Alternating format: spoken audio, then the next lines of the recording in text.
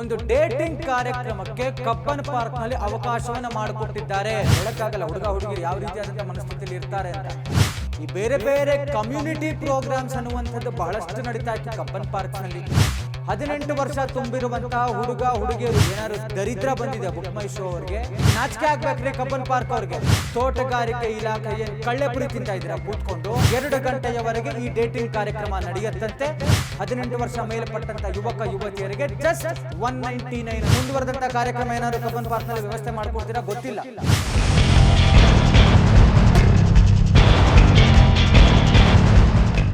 ನಮಸ್ಕಾರ, ನೀವು ನೋಡ್ತಾ ಇದ್ದೀರಾ ಅಶ್ವವೇಗ ಸ್ಪೆಷಲ್. ನಾನು ಸಂತೋಷ್ ಕಶ್ಯಪ್. ರಾಜ್ಯದ ಪ್ರಮುಖ ಉದ್ಯಾನವನಗಳಲ್ಲಿ ಒಂದಾದಂತಹ ಕಬ್ಬನ್ ಪಾರ್ಕ್ ವಿಚಾರ ಮತ್ತೆ ಮುನ್ನೆಲೆಗೆ ಬಂದಿದೆ. ಯಾಕೆಂತ ಹೇಳಿದ್ರೆ ಕಬ್ಬನ್ ಪಾರ್ಕ್ ಅನ್ನ ಸರಿಯಾದಂತಹ ರೀತಿಯಲ್ಲಿ ಸರಿಯಾದ ವ್ಯವಸ್ಥೆಗೆ ಬಳಸ್ಕೊಳ್ಳಲಾಗ್ತಾ ಇಲ್ಲ ಅನ್ನುವಂಥ ಒಂದು ದೊಡ್ಡ ಆರೋಪ ಬರ್ತಾ ಇರುವಂಥದ್ದು.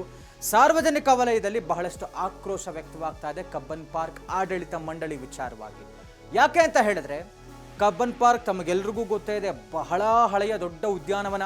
ಎಂತೆಂಥ ರಾಜ್ಕುಮಾರ್ ಅವರ ಸಿನಿಮಾಗಳು, ಬೇರೆ ಬೇರೆ ಸಿನಿಮಾಗಳು ಶೂಟಿಂಗ್ ಕೂಡ ಆಗಿರುವಂತಹ ಒಂದು ಅತ್ಯದ್ಭುತವಾದಂತಹ ಒಂದು ಮರಗಿಡಗಳಿಂದ ತುಂಬಿರುವಂತಹ ಒಂದು ಉದ್ಯಾನವನ. ಇತ್ತೀಚಿನ ಕಾಲಮಾನದಲ್ಲಿ ಕಬ್ಬನ್ ಪಾರ್ಕ್ ವಿಚಾರ ಎಲ್ರಿಗೂ ಗೊತ್ತೇ ಇದೆ.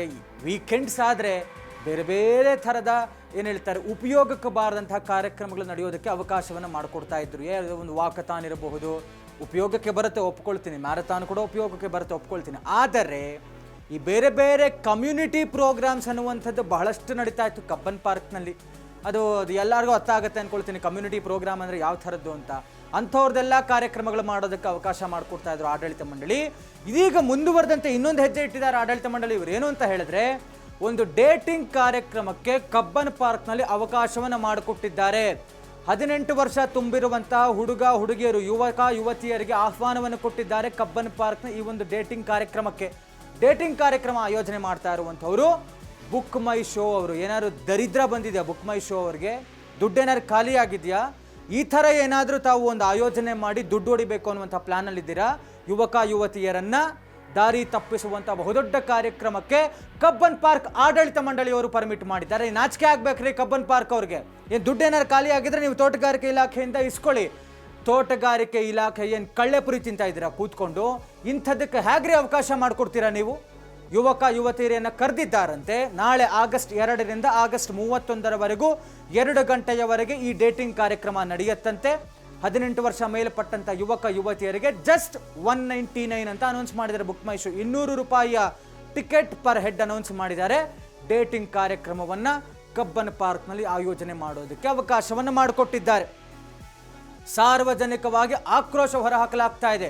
ಎಲ್ಲಿ ಕರ್ಕೊಂಡು ಹೋಗ್ತಾ ಇದ್ದಾರೆ? ಮೊದಲೇ ಸಮಾಜ ಗಂಡು ಮಕ್ಕಳು ಹೆಣ್ಣು ಮಕ್ಕಳು ಬೇರೆ ಬೇರೆ ಆಯಾಮದಲ್ಲಿ ಬೇರೆ ಬೇರೆಯವ್ರ ಜೊತೆಗೆ ಇಲ್ಲೇನು ಬರೋರು ಲವ್ವರ್ಸೇ ಆಗಿರ್ತಾರ, ಬೇರೆಯವರಾಗಿರ್ಬೋದು, ಬಂದುಬಿಟ್ಟು ಯಾರನ್ನಾದ್ರೂ ಆಯ್ಕೆ ಮಾಡ್ಕೊಳ್ಳುವಂಥ ವಿಚಾರದಲ್ಲೂ ಮುಂದಿರ್ಬೋದು. ಹೇಳೋಕ್ಕಾಗಲ್ಲ ಹುಡುಗ ಹುಡುಗಿರು ಯಾವ ರೀತಿಯಾದಂಥ ಮನಸ್ಥಿತಿಯಲ್ಲಿ ಇರ್ತಾರೆ ಅಂತ.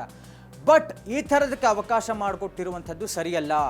ತೋಟಗಾರಿಕೆ ಇಲಾಖೆ ಏನು ಮಾಡ್ತಾ ಇದೆ? ಹಾಗಾದರೆ ಇದಕ್ಕೆ ವಿರೋಧ ಮಾಡಬೇಕಾಗಿತ್ತು, ಪರ್ಮಿಟ್ ಮಾಡಬಾರ್ದಾಗಿತ್ತು.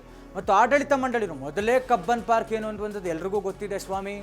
ಅಲ್ಲಿ ಬಂದರೆ ಏನೇನು ಆಗ್ತಾ ಇರುತ್ತೆ, ಏನಕ್ಕಾಗಿ ಕಬ್ಬನ್ ಪಾರ್ಕ್ಗೆ ಬರ್ತಾರೆ, ಎಷ್ಟೊತ್ತಿಗೆ ಬರ್ತಾರೆ, ಎಲ್ಲವೂ ಎಲ್ರಿಗೂ ಗೊತ್ತಿರುವಂಥ ವಿಚಾರ. ಹೀಗಾಗಿ ಇದನ್ನು ನೀವು ಡೇಟಿಂಗ್ ಕಾರ್ಯಕ್ರಮ ಅಂತ ಮಾಡಿದ್ರೆ ಮುಂದುವರೆದಂಥ ಕಾರ್ಯಕ್ರಮ ಏನಾದರೂ ಕಬ್ಬನ್ ಪಾರ್ಕ್ನಲ್ಲಿ ವ್ಯವಸ್ಥೆ ಮಾಡಿಕೊಡ್ತೀರಾ ಗೊತ್ತಿಲ್ಲ. ಇದಕ್ಕೆ ಭಾರಿ ವಿರೋಧ ವ್ಯಕ್ತವಾಗ್ತಾ ಇದೆ. ದಯವಿಟ್ಟು ತೋಟಗಾರಿಕೆ ಇಲಾಖೆಯವರು, ಕಬ್ಬನ್ ಪಾರ್ಕ್ ಆಡಳಿತ ಮಂಡಳಿಯವರು ಇದರ ಬಗ್ಗೆ ಗಮನ ಹರಿಸಿ ಸೂಕ್ತವಾದಂಥ ಕ್ರಮವನ್ನು ಕೈಗೊಳ್ಳಬೇಕು.